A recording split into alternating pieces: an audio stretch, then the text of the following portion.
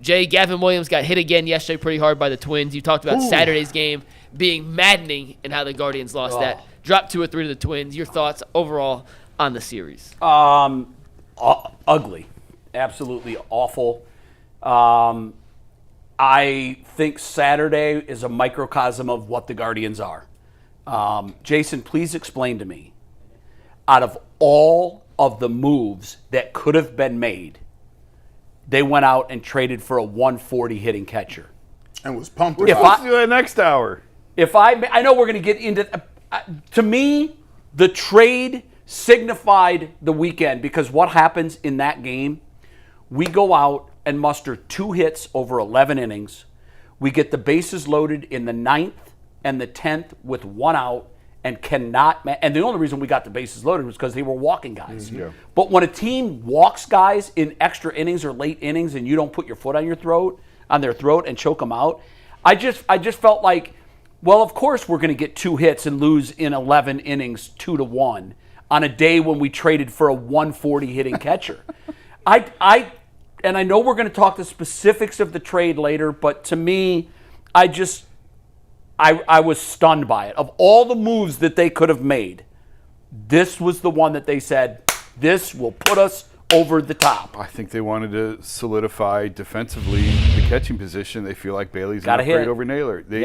And I also think we can get more into it in the next hour. And by that, I mean we're just going to repeat ourselves. Yeah. But I think that they're willing to live with no offense out of that spot if they get it elsewhere. And they haven't gotten it at every other spot. No, and Jay, I just think that, to me, the thesis statement is flawed.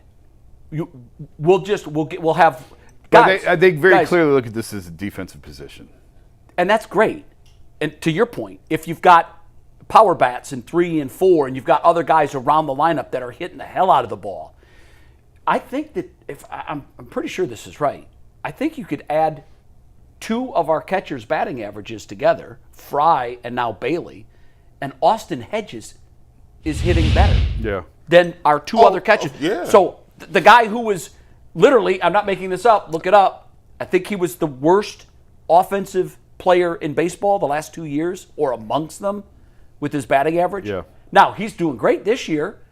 Why isn't he the everyday catcher? I said the same thing. The way he's hitting the ball. I think he would. I don't think you can catch Hedges every day. He'd wear down. He's old and he hasn't caught every day. Well, you're not going to catch anybody every day, but let him catch 5 games a week. Well, and I mean, even he's hitting the ball. Yeah, I know he is. He had 294 with a 782 OPS. Saturday night, he hit a shot down the left field line that would have ended the game.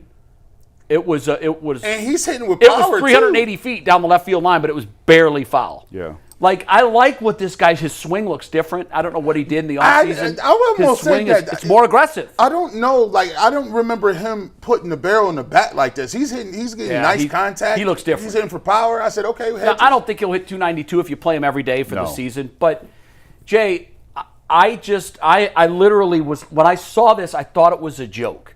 I thought that, no, there's no way they made that move. There's absolutely, now I don't know what Tugboat was going to be.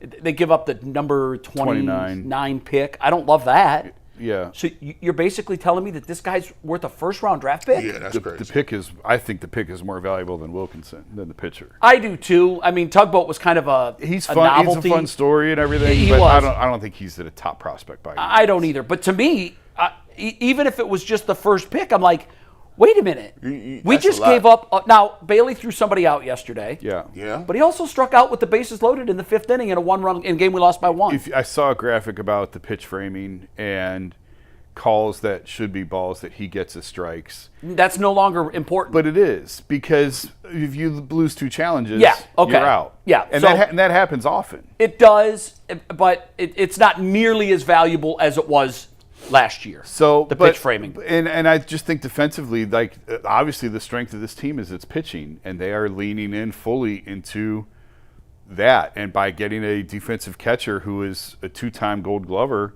it strengthens a strength of the pitching, and I think that's how they're looking at it. Jay, I got a question. I'll give you that. I will give you that, but I just think they're ignoring, as they often do, they're ignoring the offensive part of this. Jay, baseball is both ways. Question for you, 60 seconds. Gavin Williams, second straight start where he's allowed 5 earned runs, 10 hits yesterday to the Twins. Yeah, troublesome. And anything long-term worrisome for Gavin, or just 2 bad outings in a row? Well, one I can write off, but when you have 2 in a row, oftentimes what I first think of is there some sort of an injury? It didn't look like his velocity was down.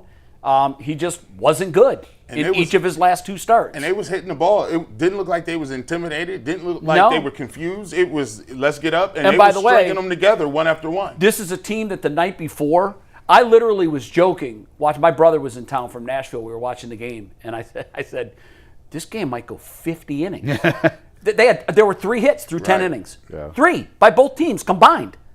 They had one, a leadoff home run, and then It's nothing. Nothing. And the same thing for us. We strung 2 hits together and picked up our run, and then nothing. And I thought, I don't know. So this Twins team managed 2 hits the night before, and they made Gavin Williams look like a double-A pitcher. It did. But we had the game on yesterday. We had everybody over for Mother's Day. Yeah. And we had I had the game on in the background. It didn't look like a ton of hard contact to me. It was just.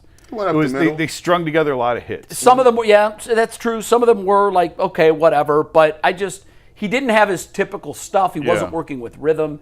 I keep saying this about Gavin Williams. I love the guy. Don't know how he's going to be an ace when you walk the number of hitters that you walk, and you are constantly pitching to 3-2 counts, and your pitch count's at 100 in the 5th inning. That's not an ace. Yeah. It's not. Well, it's a front of the rotation guy. And that's baseball today. It is. That is the way that's where we are.